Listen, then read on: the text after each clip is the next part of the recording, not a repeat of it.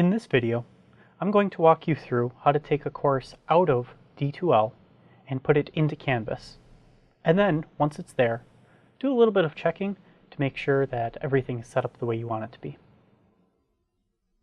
The first thing we're going to do is make sure that we have our blank Canvas course open, and in another tab, we're going to go to the Whitewater website.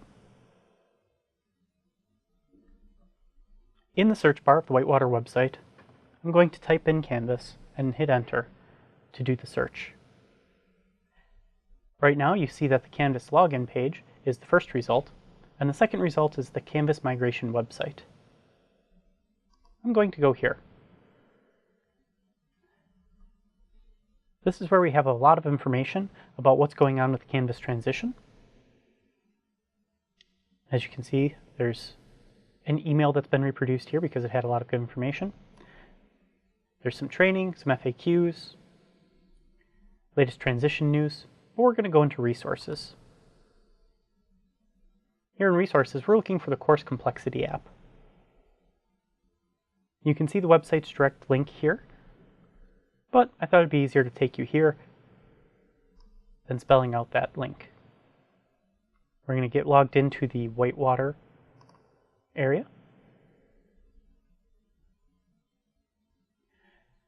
And this app, if you've never been here before, will take you on a walkthrough of what it does and how it does it.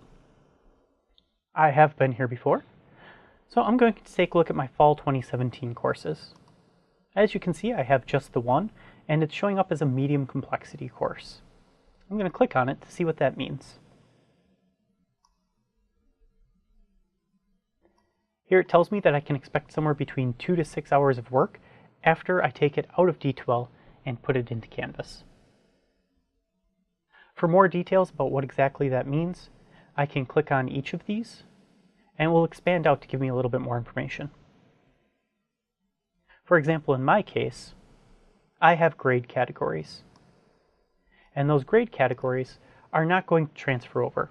So after I get my course into Canvas, I'm going to have to reset up grade categories.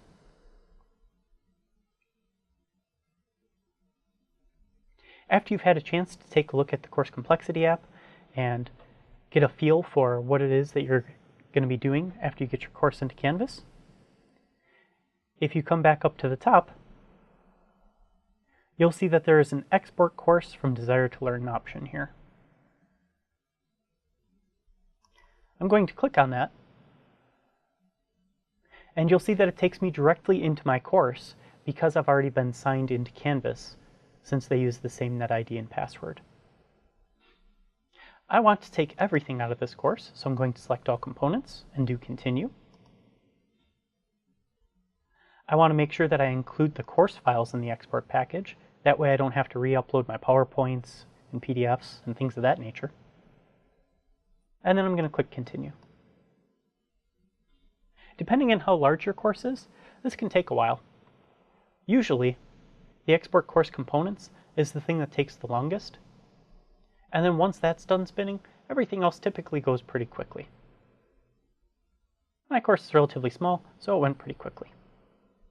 I'm going to click finish, and then it'll provide me a link to where I can download my zip package. So it says click here to download the export zip package.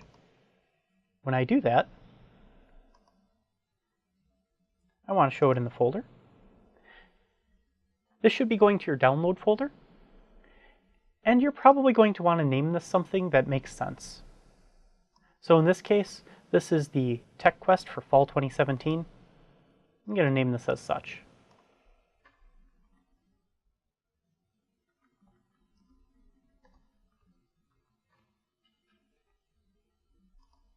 The renaming doesn't have to be done, but it will help with your record keeping and keeping track of what each of these zip files are. I'm going to minimize this, and I'm going to go back to that blank course. In the course navigation bar down at the bottom, the settings area is going to have an option for import course content.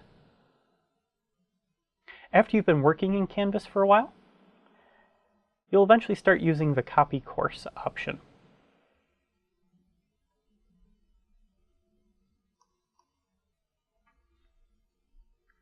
But for now, we want to import a course. So import content. The content type that we are using is the D2L export zip format. I need to choose the file and find it on my computer. I know mine went to my downloads area. And there it is. There's the thing that I renamed. I'm going to click on that, click open, and you'll see it adds it here. And I want all content. If you'd like to attempt to adjust your due dates, you can do that here. I'm going to leave mine as is. I'm going to click import. Again, depending on the size of your course, will depend on how long this takes. This bar will slowly fill up as it's running. As you can see, my course came in with 6 issues. To find out what those are, I can click on this, and it'll give me an idea of what I'm looking for. This is helpful because it directs you to the general area where the issue has occurred, but it isn't always necessarily great at narrowing down exactly that issue, so you're going to want to check each of these. For example, this one is telling me that it couldn't determine what the correct answer for a question is, but when I click on it, you'll see that it takes me to an area that has multiple questions. So I'm not sure exactly which one it is that they're referring to, so I'm going to have to go in and check a handful of these. Since it's scrolled down to here, it's probably one of these 3. I'm going to start with video effectiveness and take a look if that's the one that's missing answers.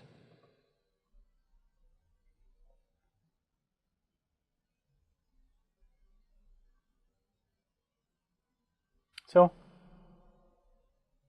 you can see in this case, it's asking me to build pairs, and I don't seem to have pairs. So I'll likely have to recreate this question. I'll do that another time so that we can move on.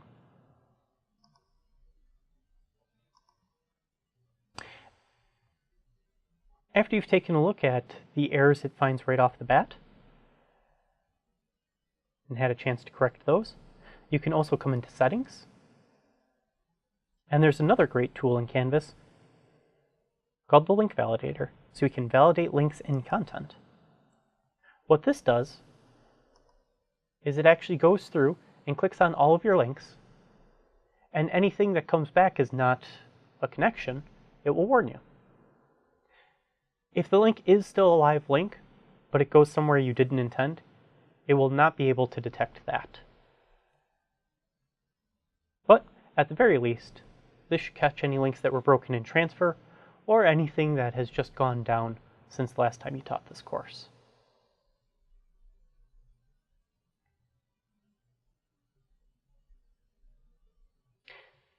As you can see, it found 18 unresponsive links.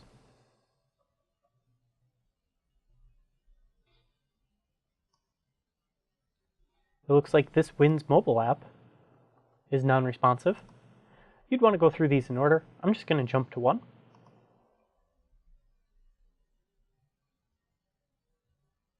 And you can see that it's taken me to my content area. So I may have to do a bit of looking around, but with the layout of my course, I'm able to come through, and I know that this is in my Wins area, based on the name of it, Mobile App How To.